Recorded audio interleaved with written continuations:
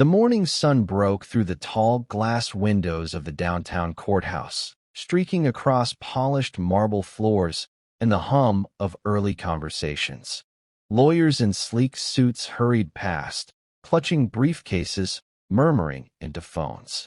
Amid the rush, Amara Johnson stood quietly near the security line, holding a folder to her chest. Her resume, printed with trembling hands the night before. This internship could change everything. At 26, Amara was already known in her law school as the one who fought for causes others wouldn't touch: racial discrimination, wrongful terminations, police reform cases.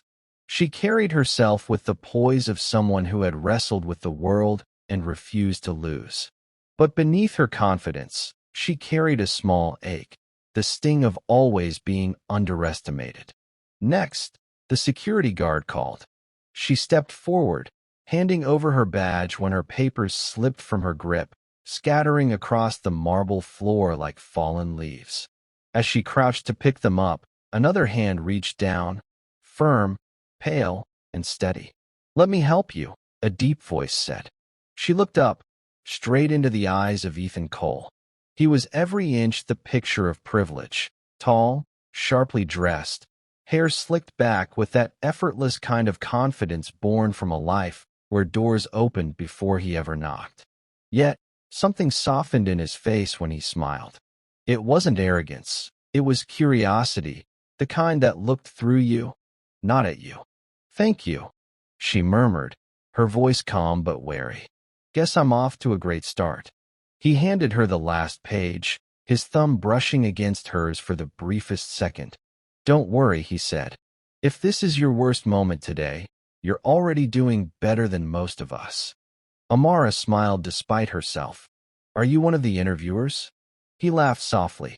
"No, just a lawyer here for a hearing. But if I were, you'd already have the job." She raised a brow, impressed, but not charmed easily. Smooth line for 8:30 in the morning. He grinned. "What can I say? I'm a lawyer. Persuasion is our craft." Before she could reply, the clerk called her name. Amara nodded, straightened her blazer, and headed toward the panel room, unaware that Ethan's eyes followed her until the elevator doors closed. Later that day, Amara stepped out into the courtyard with rejection heavy in her chest. "They said they'll call," she whispered, sitting on a bench. But she'd seen that look before: the polite, tight smiles, the subtle glances exchanged between partners. "We're not sure you'll fit our firm culture." The words always meant the same thing. "You okay?" a familiar voice asked. She turned. Ethan again, holding 2 paper cups of coffee. "Thought you might need this," he said, offering one. She hesitated. "You've been following me?" "Not exactly. More like coincidence." He sat beside her, uninvited but not unwelcome. "So how'd it go?" "Terrible," she admitted, staring into the steam of her drink. They smiled a lot. "That's how you know they're lying." Ethan chuckled. "Yeah, the fake, thank you for your time smile. I've seen it 100 times. But you don't seem like the type to give up." "I don't," she said softly. "Giving up is a luxury people like me can't afford." That silenced him for a moment. Her words carried weight, a quiet truth he couldn't dismiss. He looked at her differently then, not as the woman he'd met in passing, but as someone standing on a battlefield he never had to fight on. They talked for almost an hour, about the justice system, about privilege, about the quiet wars people fight every day. Ethan found himself listening more than speaking, realizing how small his world had been until now. When she finally stood to leave, he asked, "Can I see you again?" Amara froze. "You don't even know me." "I'd like to," he said simply. She studied him. The confidence, the kindness, the naivety, and something inside her stirred, something she'd trained herself to silence. "Hope. Maybe," she said, half smiling. "If the universe feels generous." He laughed. "Then I'll owe the universe a favor." That night, Amara sat on her apartment balcony, watching the city lights flicker like faraway stars. Her phone buzzed, an email notification. Subject: offer letter, state attorney's office internship. Her breath caught. She'd gotten it.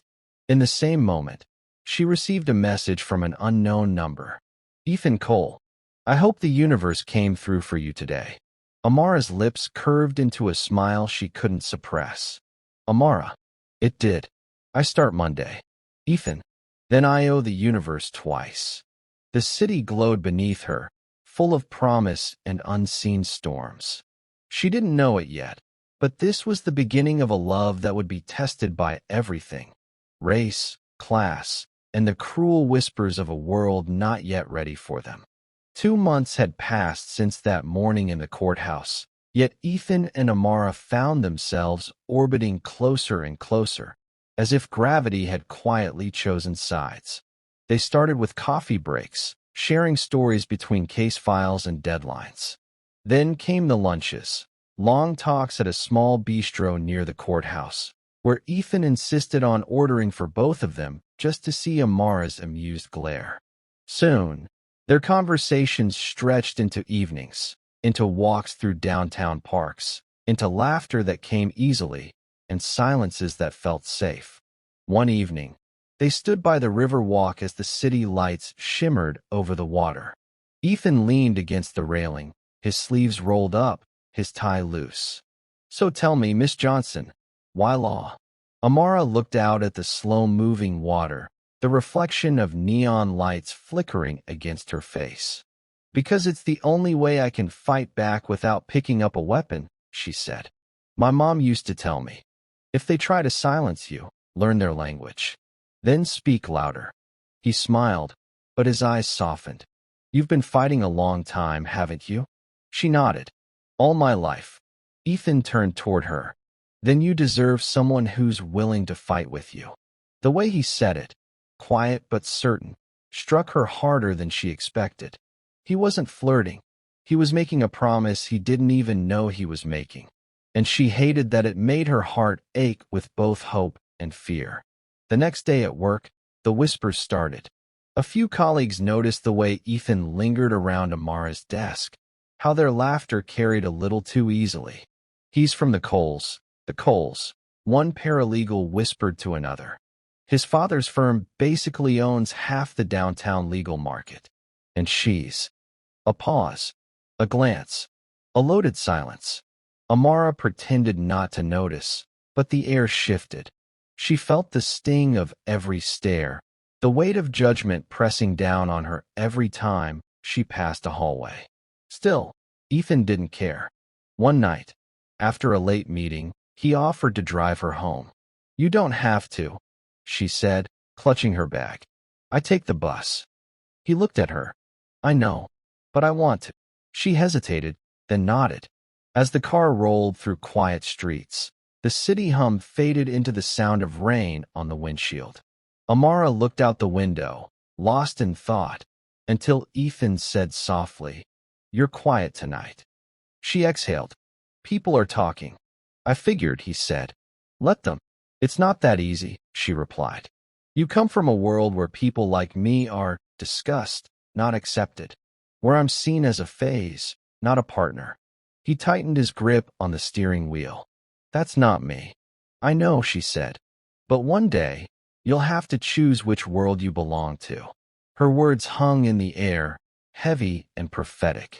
Neither spoke for the rest of the drive. When they reached her apartment, she turned to him. Thank you for the ride. He looked at her for a long moment, his jaw tight. Amara, you don't scare me. She smiled faintly. Then you're not paying attention. Weeks passed.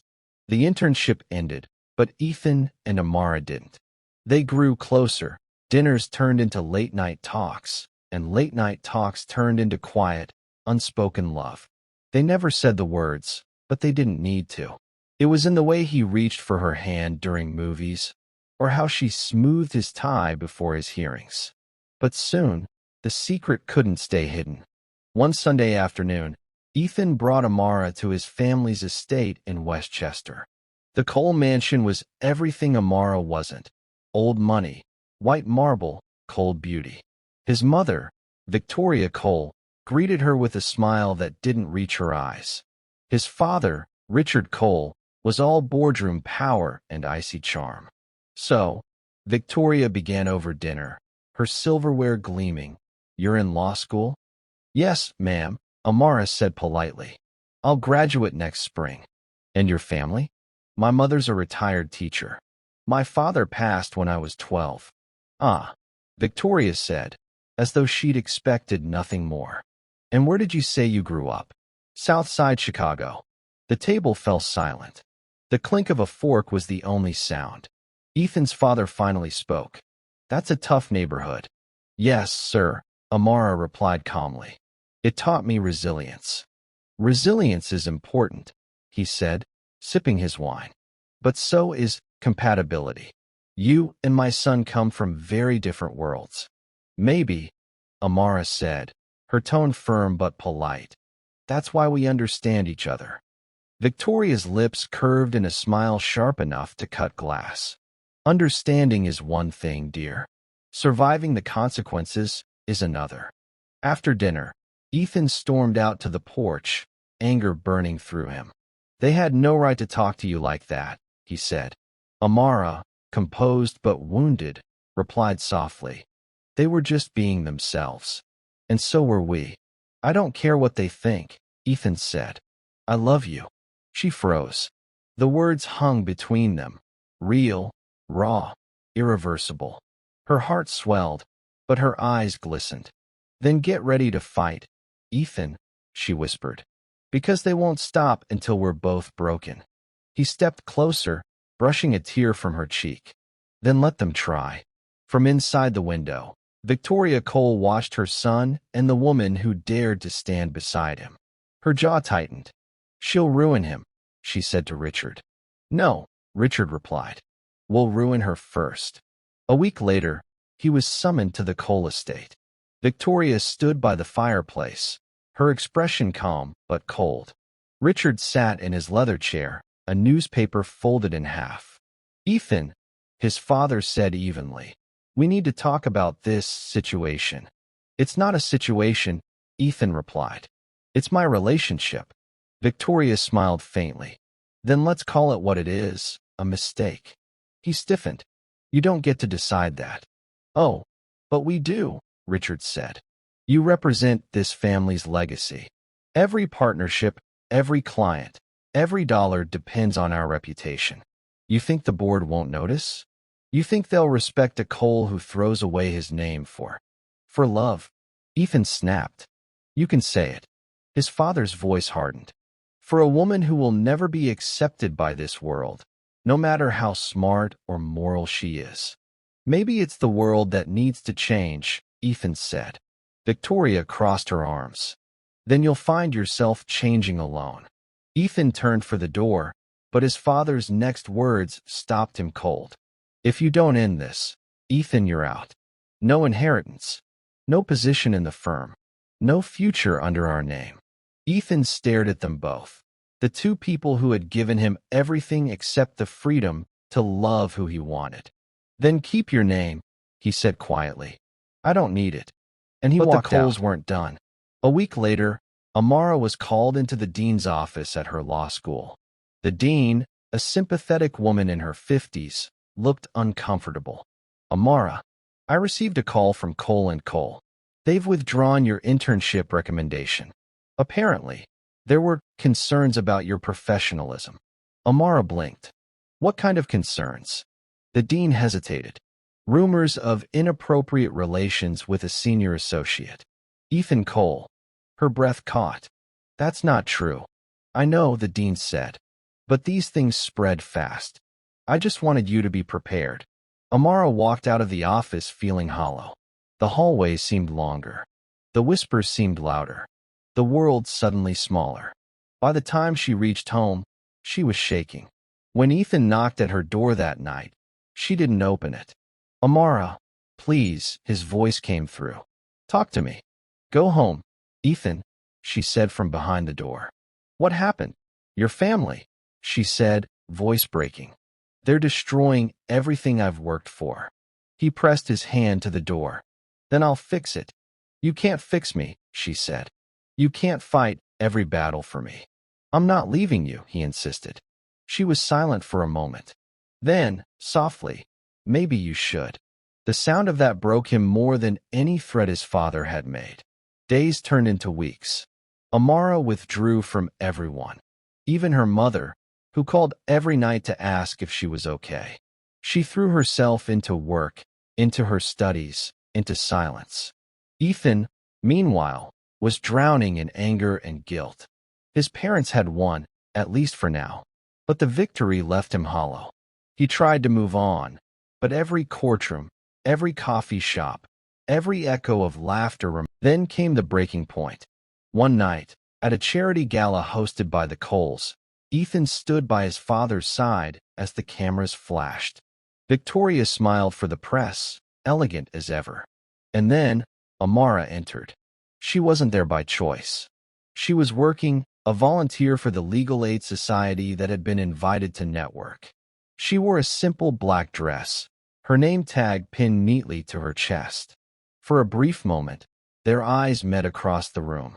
Ethan's breath caught. Her face was calm, unreadable, until Victoria approached her. Well, Victoria said with a poisonous smile, if it isn't our little law student. Still chasing dreams. Amara's jaw tightened, still mistaking cruelty for class. The surrounding guests froze. Cameras shifted. Victoria's smile faltered for the first time. Careful, Victoria said softly. You don't belong here. Neither did Justice, Amara replied. But I'm bringing it anyway. She turned and walked out before anyone could speak, and Ethan followed. Outside, in the parking lot, he caught up to her. Amara. She turned, tears glimmering. You shouldn't be here. I can't just watch them destroy you. They already did, she said. But maybe I needed it. Maybe I needed to learn that love isn't always enough. He reached for her hand, but she stepped back. Goodbye, Ethan. And just like that, she walked away, into the rain, into the night, into the storm. From the balcony above, Victoria watched her go, clutching her wine glass like a trophy. She'll vanish, she murmured. Richard nodded. And so will this problem. But they were wrong. Because some storms don't destroy, they prepare the ground for something stronger to rise. The weeks after the gala felt like years. Everywhere Amara turned, she felt the shadow of that night. The press twisted her words, the internet magnified her pain, and whispers followed her like smoke. The world didn't just turn against her. It seemed to enjoy watching her fall. Her internship offer from the state attorney's office was quietly rescinded. No explanation. No apology. When she tried to apply elsewhere, she received polite rejections. Positions already filled, no current openings. We'll keep your resume on file. But she knew what it meant. Someone, somewhere, had made calls. And she knew who. One afternoon, as Amara left the courthouse after a small volunteer case, she found a man waiting by her car. He was tall, dressed in an expensive gray suit, his smile polite but cold. Miss Johnson, he asked. I'm Michael Reeves. I represent the Cole family. She froze. You represent them? He nodded. I was asked to deliver a message, a proposal, actually. I'm not interested. He continued anyway, unfazed. The Coles want to make this easier for everyone. They're offering a settlement. A small sum of money and a written agreement to cease any public commentary regarding your relationship with Mr. Ethan Cole. Amara's jaw tightened. You mean hush money? Let's not call it that, Reeves said with a smirk. Think of it as closure. She stepped closer, her voice low and steady. Tell them closure doesn't come with a price tag. Think carefully, Miss Johnson, Reeves replied. Doors close quickly in this city. And once they do, they rarely open again. I don't need their doors, she said, and walked away. But as she drove home that night, she wondered, what if he was right? Because lately, every door had slammed in her face. Meanwhile, Ethan was fighting his own battle. He'd left his father's firm, choosing instead to work for a small civil rights organization in Brooklyn. The pay was a fraction of what he was used to, but for the first time in his life, His work meant something. Still, he couldn't shake the feeling that he'd failed her. Every victory felt hollow without Amara beside him. One night, while scrolling through the news, he froze. There she was, Amara Johnson, featured in a brutal op-ed written by a popular conservative columnist. A cautionary tale of ambition and overreach, it read. A young woman who mistook proximity to power for equality. The article accused her of exploiting his family for advancement, a lie so sharp it cut deeper than any truth could. Ethan slammed his laptop shut and grabbed his phone. He called her. Once, twice, 10 times. No answer. Finally, he drove to her apartment. But the lights were off, the mailbox overflowing, the door unanswered. She was gone. For weeks, no one saw her. Rumors spread that she'd left the city, that she'd dropped out, that she'd broken under pressure. Ethan tried to find her through friends, classmates, professors, but she had vanished completely. And somewhere in that silence, the world moved on. The scandal faded. The headlines shifted. But for Ethan, every day felt the same, an echo of a woman he couldn't forget.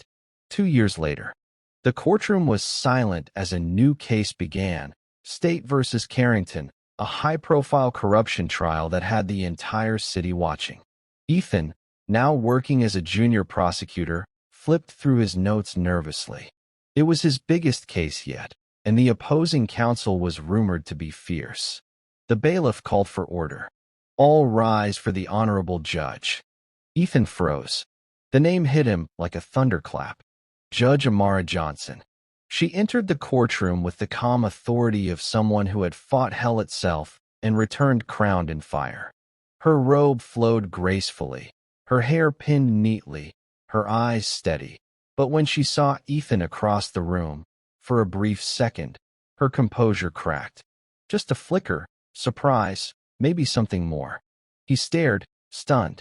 She was the judge? How? When? The whispers began among the attorneys seated in the back. That's her. Didn't she disappear? Judge Johnson, youngest appointment in state history. Ethan barely heard them. His mind spun back through every memory, every night she'd cried, every humiliation, every time she said she'd rise no matter what. And here she was. She had risen higher than anyone expected, higher than those who tried to bury her. After court adjourned, he caught up to her in the hallway. Amara, he said softly. She turned, her expression neutral, professional. Mr. Cole. He almost laughed. Mr. Cole? That's what I get. She sighed, a faint smile tugging at her lips. We're in a courthouse, Ethan. I wear the robe. I have to pretend I'm impartial. Pretend, he said, grinning. She rolled her eyes. Don't push your luck. He grew serious. Amara, how did you survive? She finished for him. By remembering who I was before they tried to define me. He nodded, emotion thick in his throat. You're incredible. She looked at him then, really looked, and for the first time in years, the pain in her eyes had turned to strength. I had to be, she said softly. They gave me no choice. That night, as she left the courthouse, the cameras flashed again, but this time, not in mockery. The headlines were different now. Amara Johnson, the youngest Chief Justice appointee in state history. From scandal to supreme, a journey of resilience. And somewhere in her office, a letter sat on her desk, unopened, bearing the seal of the governor. It was her formal appointment as Chief Justice of the state of New York. When Amara stood in front of the mirror the morning of her swearing-in, the reflection staring back at her felt both familiar and foreign. The same deep brown eyes, the same quiet determination, but now they were framed by power, by victory. The black robe hung over her shoulders like armor. The weight of it reminded her of everything she had survived, the whispers, the laughter, the betrayal. And beneath it all, a heartbeat that no longer trembled. Her mother, Evelyn Johnson, stood behind her, eyes glistening with pride. You did it, baby, she whispered, adjusting the collar of Amara's robe. You made them eat every word they spoke against you. Amara smiled faintly. It wasn't about them, Mama. It was about proving to myself that I could. Her mother squeezed her hand. Still feels good, doesn't it? Amara chuckled. Maybe a little. The ceremony took place in the grand rotunda of the state capitol, beneath a dome of golden light. The governor spoke first, his voice echoing through marble halls. Today, he said, we appoint not just a brilliant legal mind, but a symbol of perseverance, proof that justice, when fought for, always rises. The applause swelled. Cameras flashed. Amara raised her hand and took the oath. Every word felt like a promise, to the people, to herself, to the girl who once stood trembling outside a courthouse with her resume clutched to her chest. When the oath ended, the crowd erupted into cheers. Among the faces, Amara caught sight of one she hadn't expected, Ethan. He stood near the back, his eyes glistening, his applause quiet but unending. For a split second, their gazes met, and the world around them blurred. After the ceremony, as the crowd dispersed, Amara found him waiting by the steps. He smiled, cautious, respectful, proud. Congratulations, Chief Justice Johnson. She smirked. That's Judge Johnson for now. Chief starts next week. Still, he said softly, you've come a long way. She studied him. He looked different, older, calmer, his confidence worn down into humility. There was no trace of the entitled man she'd once met in a courthouse lobby. I heard you're with the Civil Rights Bureau now, she said. Yeah, he nodded. Been 2 years. Trying to undo some of the damage people like my father caused. Her gaze softened. That's a noble path. He smiled faintly. You inspired it. For a moment, neither spoke. The crowd's noise faded, leaving only the sound of wind brushing against marble. Finally, Ethan said, I wanted to say I'm sorry for not protecting you when I should have. Amara shook her head. You tried, but some things aren't yours to protect. I had to learn to fight alone. He looked down, and I had to learn what it meant to lose something worth fighting for. Her heart ached, but she said nothing. She wasn't sure if forgiveness was that simple. Not yet. But she couldn't deny that part of her had waited to hear those words. Days turned into weeks. Amara took office officially as Chief Justice of the state of New York, the youngest and the first black woman ever to hold the position. Her first major case, a corruption scandal involving one of the largest law firms in the city, Cole & Cole. When the case file landed on her desk, Amara froze. Her eyes scanned the header twice, as if disbelief could rewrite the truth. State of New York versus Cole & Cole Legal Associates, Ethics and Fraud Investigation. Her pulse quickened. Richard Cole, Ethan's father, was the lead defendant. For a long time, she stared at the name, the paper trembling slightly in her hands. Then she exhaled, steadied herself, and whispered, So this is how justice works. The trial that followed shook the city. Evidence of bribery, falsified documents, and political manipulation came to light. And through every revelation, the Cole's empire began to crumble.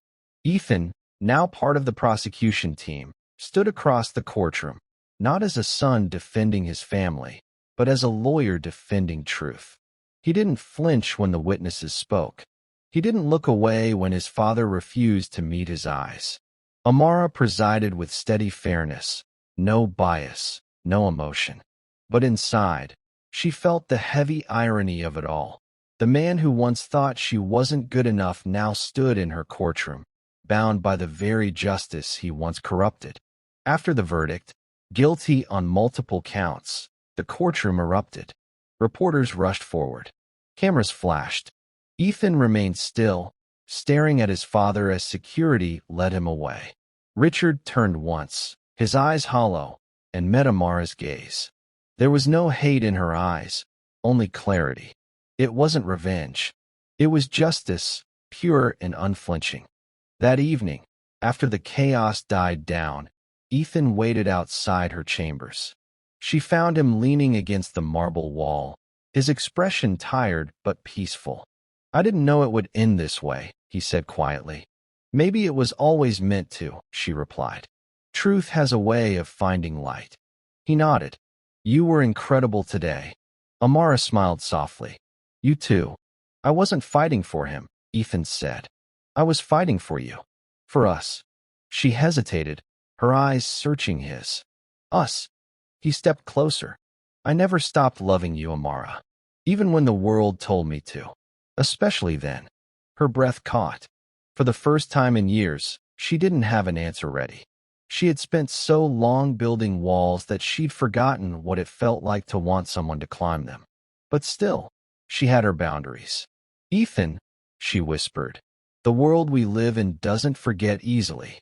Then let it remember us, he said.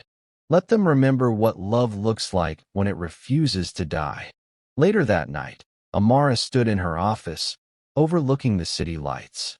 The skyline glittered, a constellation of second chances. On her desk sat two things, her gavel and a framed photo from her swearing-in ceremony. Next to it, a single white rose. No note, no signature, but she knew who it was from.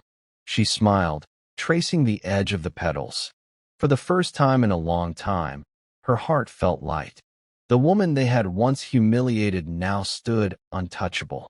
And the man who once lived by privilege had learned to live by principle. Fate had brought them full circle, not for revenge, but for redemption. Rain lashed against the courthouse windows as Amara closed her final hearing of the day. Thunder rolled above the city, the kind that seemed to echo the chaos in her mind. It had been 2 weeks since the verdict. 2 weeks since Richard Cole, the man who once called her unfit for his son, was sentenced to federal prison. The press was relentless. Headlines screamed her name. From outcast to Chief Justice, Amara Johnson shakes America's legal core. But with the fame came scrutiny. Talk shows debating her fairness, columnists dissecting her relationship with Ethan Cole, critics calling the verdict personal revenge cloaked as justice. She tried to ignore it, but every word stung. One evening, she sat alone in her office when the door creaked open. Ethan stepped inside, rain-soaked and tense. I shouldn't be here, he began, closing the door behind him. But I need to talk to you before this goes too far. Amara looked up from her desk. Too far. He ran a hand through his damp hair. The media's twisting it, Amara. They're saying you targeted my father because of our past, that you had a personal vendetta. She exhaled slowly. I expected that. You shouldn't have to. He stepped closer. You did everything by the book. You gave him a fair trial. Hell, you were kinder than most judges would have been. She smiled faintly, without humor. Justice isn't kindness, Ethan. It's clarity. He paused, his eyes softening. Still, I hate that they're tearing you apart for doing the right thing. Amara stood and walked to the window. The city glowed beneath the rain, silver streaks against black glass. Her reflection shimmered beside his in the glass, two figures from different worlds, bound by something neither could erase. I've faced worse, she said quietly. What they say doesn't define me. But it defines us, he said, voice trembling with urgency. If I stay silent, they'll believe it. And if I speak up, they'll say I'm trying to save face. Amara turned toward him. Then what do you want to do? He hesitated, just long enough for her to feel the weight of his conflict. Then he said it. I want to tell the truth. The following week, Ethan Cole appeared on national television. The segment began with flashing lights, somber music, and a montage of courthouse footage. When the camera cut to Ethan, he sat upright, eyes steady. I was in love with Amara Johnson, he said. I still am. The interviewer leaned forward. And your father's case, did she show bias? Ethan shook his head firmly. No, she showed integrity. My father destroyed his own life. She gave him a fair trial, even when he didn't deserve it. A hush swept across the studio. The interviewer pressed further. But you come from privilege. Why speak now? Ethan looked straight into the lens. Because love shouldn't require permission from the world. I learned that too late. The broadcast exploded across social media. Clips went viral. Some praised him for bravery. Others called it scandalous. But for Amara, watching from her office, one thing became clear. Ethan had risked everything, his career, his reputation, to defend her name. She felt something stir deep within her. Not pity, not nostalgia, something stronger, something she had locked away for years. Forgiveness. A few nights later, she found him standing outside her apartment building. The air was cool, the city quiet. I saw the interview, she said softly. He smiled faintly. Guess I'm unemployed now. You knew it would come to that. He nodded. Yeah, but it felt right. They stood in silence. Streetlights cast their reflections across the wet pavement. Two silhouettes caught between pain and healing. Amara took a breath. Why would you risk everything, Ethan? He met her gaze. Because I finally realized. What good is privilege if it keeps me from standing for what's right? Her throat tightened. You've changed. So have you. A pause. Then, softly, do you think we could start again? She looked away, her heart a battlefield. We're not the same people anymore. Good, he said with a small smile. Maybe that's exactly why we should try. Over the next few weeks, the storm around them began to calm. The noise faded, replaced by admiration and respect. Public opinion turned in her favor, not because she defended herself, but because she never stooped to fight. Ethan began working with the public defender's office, advocating for marginalized clients. Amara continued her reforms in the judiciary, focusing on racial justice and transparency. And slowly, without fanfare or declaration, they began to see each other again. Coffee meetings that lingered too long, late-night phone calls filled with laughter, quiet walks through Central Park when no one was watching. Love had returned, not as passion's wildfire, but as a steady flame that refused to die. Then came the final test. One morning, as Amara entered her chambers, she found a letter waiting for her. It bore the official seal of the State Ethics Committee. Her heart sank. The letter stated that a formal review had been initiated into her role in the Cole case, citing potential conflict of interest due to prior romantic involvement. It was anonymous. She clenched the paper, fury surging through her. Someone wanted her gone. Ethan came running when he heard. You think my father's old allies are behind this? Amara nodded grimly. It's possible. There's still power left in the ruins. He took her hand. Then we fight it together. She looked up, her eyes fierce. No, Ethan. I fight it. I earned this robe with my name, not yours. But I need to win this one on my own. The hearing was brutal. Her integrity, her judgment, her private life, all dragged through the mud in front of the cameras. One committee member sneered. You expect us to believe you had no bias while sentencing the father of your former lover? Amara's voice was steady. I don't expect you to believe it. I expect you to read the record. Justice doesn't care who I loved. It cares what I ruled. And every line of that verdict was law. Her words echoed in the silent chamber. By the time she stepped out into the sunlight, the verdict was clear. Exonerated. Fully cleared of all misconduct. The crowd outside erupted in applause. Reporters shouted her name. Flashbulbs exploded like fireworks. And through the chaos, she saw him. Ethan, waiting at the bottom of the steps, eyes wet, hands trembling. Amara descended slowly, her robe billowing in the breeze. When she reached him, he whispered, You did it. She smiled through tears. We did. The noise around them disappeared. He took her hand, and for the first time in years, she didn't pull away. Rain began to fall, soft, silver, forgiving. And beneath it, they kissed. Not for the cameras, not for redemption, but because love had finally won.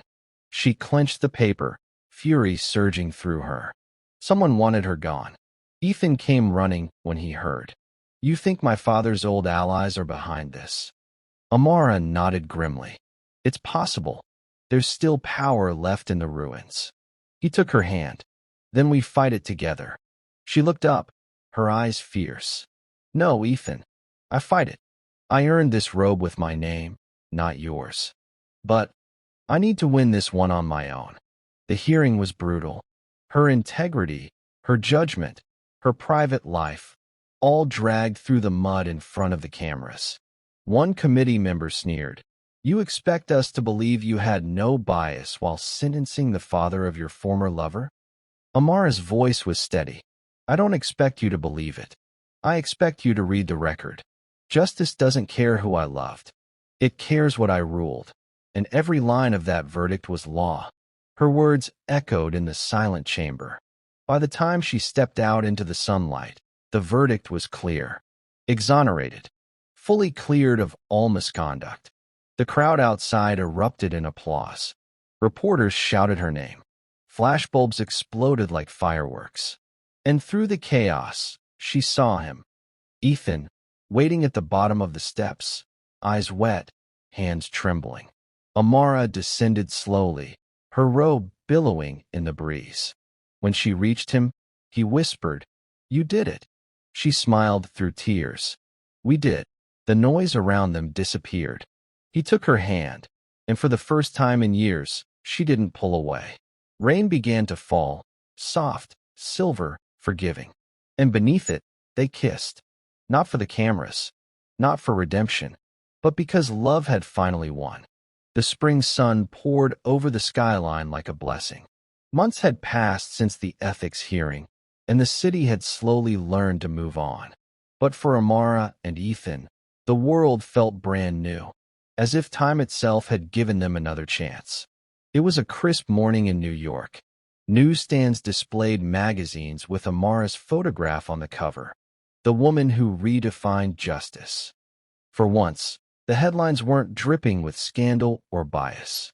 They spoke of progress, resilience, and grace. She walked past them quietly, coffee in hand, scarf fluttering in the breeze.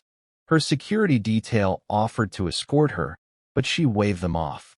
For the first time in years, she wanted to feel the city, its noise, its color, its heartbeat.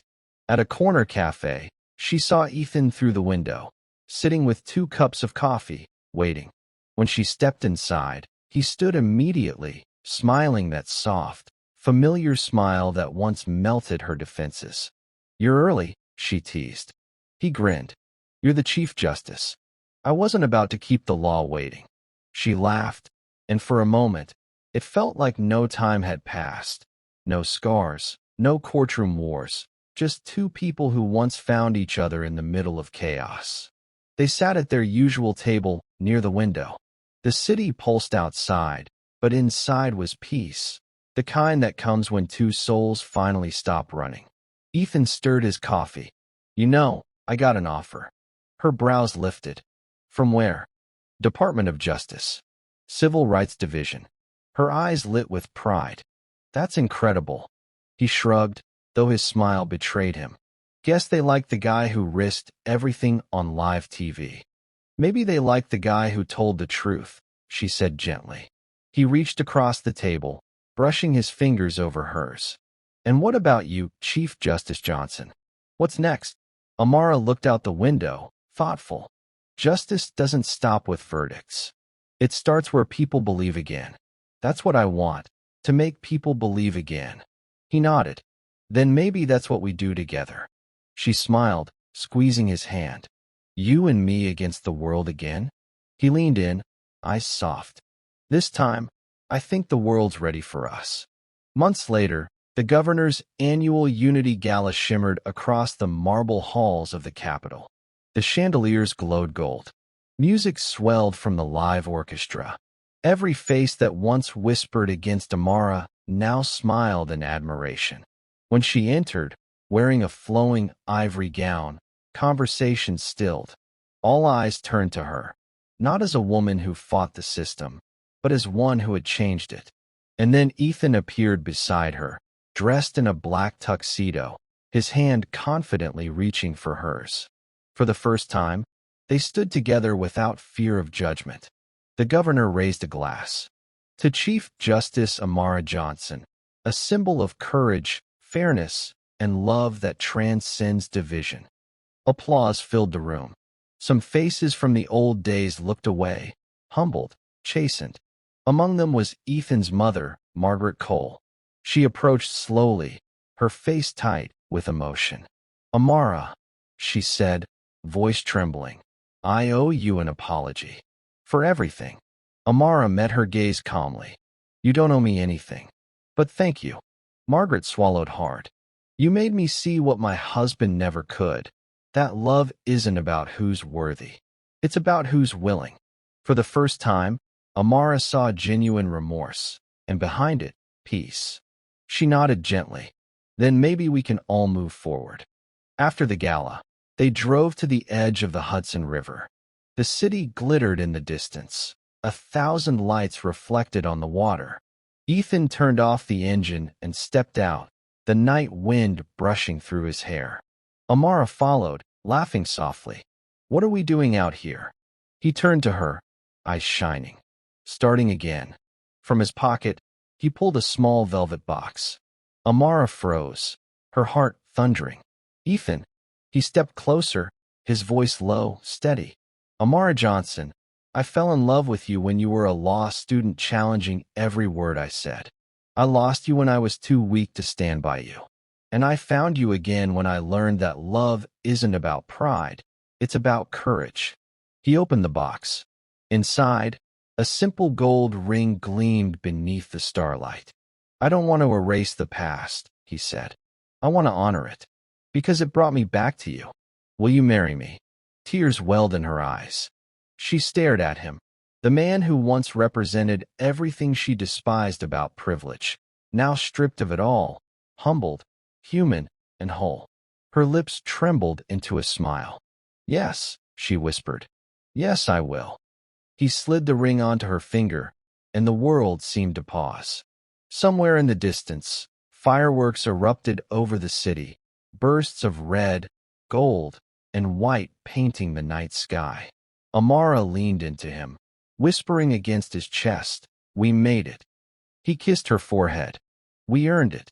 A year later, the nation watched as Chief Justice Amara Cole, the first black woman Chief Justice of the state of New York, delivered a historic ruling on equal opportunity in justice reform.